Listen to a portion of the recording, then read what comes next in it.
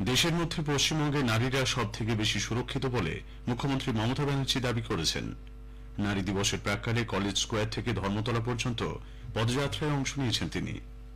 কলকাতা হাইকোর্টের বিচারপতি পদে ইস্তফা দেওয়ার পর অভিজিৎ গঙ্গোপাধ্যায় আজ বিজেপিতে যোগ দিয়েছেন। দুর্নীতিগ্রস্ত তৃণমূল কংগ্রেস সরকারের বিরুদ্ধে সর্বশক্তি নিয়ে তিনি লড়াই করবেন বলে জানিয়েছেন। তৃণমূল কংগ্রেসে যোগ দিয়েছেন রানাঘাট দক্ষিণের বিজেপি বিধায়ক মুকুটমণি অধিকারী। 5ই জানুয়ারি ইডির ওপর হামলা কাণ্ডের তদন্তে সন্দেশখালী ও বনগাঁয় পৌঁছেছে সিবিআই। চলতি খরিফ মৌসুমে এ পর্যন্ত রাজ্য সরকার 34,05,584 মেট্রিক টন ধান ন্যূনতম সহায়ক মূল্যে কিনেছে। আসছে বিস্তারিত খবরে। সন্দেশখালীর নারী নির্যাতন নিয়ে রাজনৈতিক চাপানোতরের মধ্যেই তৃণমূল কংগ্রেস প্রধান মুখ্যমন্ত্রী মমতা ব্যানার্জি দাবি করেছেন, সারা দেশের মধ্যে পশ্চিমবঙ্গেই মহিলাদের জন্য সবচেয়ে সুরক্ষিত রাজ্য। আন্তর্জাতিক নারী দিবসের প্রাক্কালে আজ কলকাতার কলেজ স্কোয়ার থেকে ধর্মতলা পর্যন্ত পদযাত্রায় অংশ নেবার পর এক সমাবেশে তিনি বিরোধীদের তীব্র আক্রমণ করেন। নারী সুরক্ষা নিয়ে প্রধানমন্ত্রী এবং বিজেপি নেতৃত্বের মন্তব্যেরও কড়া সমালোচনা করেছেন মমতা। কালকেও বিজেপি নেতারা বলে গেলেন এখানে নাকি মহিলারা সবচেয়ে বেশি নির্যাতিত হন।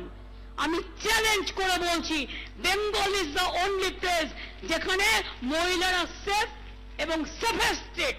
বিহারে বিচার হয় না, ইউপিতে বিচার হয় না, রাজস্থানে বিচার হয় না, হাতরাসে বিচার হয় না। মণিপুরে যখন মহিলারা জ্বলছিল আর নেকেট প্যারেড হচ্ছিল, কোথায় ছিলেন বিজেপি নেতারা? क्या पिंटू बाबू इतना गुस्सा क्यों है? প্রাক্তন বিচারপতি অভিজিৎ গঙ্গোপাধ্যায়ের নাম না করে তাঁর বিজেপিতে যোগ দেওয়া প্রসঙ্গে তৃণমূল কংগ্রেস নেত্রী বলেন, এবার মুখোশ খুলে গেছে। মুখোশটা খুলে পড়েছে, মুখ এবং মুখোশ। আমরা প্রথম থেকে বলছিলাম হাজার হাজার ছাত্রছাত্রীর চাকরি গিয়ে বড় নেতা হয়ে গিয়েছিলেন। প্রতিদিন মিটিং করে বক্তৃতা দিচ্ছে, টিভিতে গিয়ে ইন্টারভিউ করছে।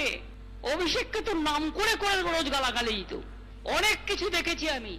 আজকে আপনি কোথায় গেলেন? কাল থেকে আপনার রায় তো জনগণ দেবে। আগে জানানো হয়েছে, কলকাতা হাইকোর্টের বিচারপতি পদে ইস্তফা দেওয়ার পর আজ বিজেপিতে যোগ দিয়েছেন অভিজিৎ গঙ্গোপাধ্যায়। সল্টলেকের দপ্তরে তাঁর এই যোগদানের সময় উপস্থিত ছিলেন বিজেপির রাজ্য সভাপতি ডক্টর সুকান্ত মজুমদার, বিরোধী দলনেতা শুভেন্দু অধিকারী, এ রাজ্যের পর্যবেক্ষক মঙ্গল পাণ্ডে সহ দলীয় নেতৃবৃন্দ।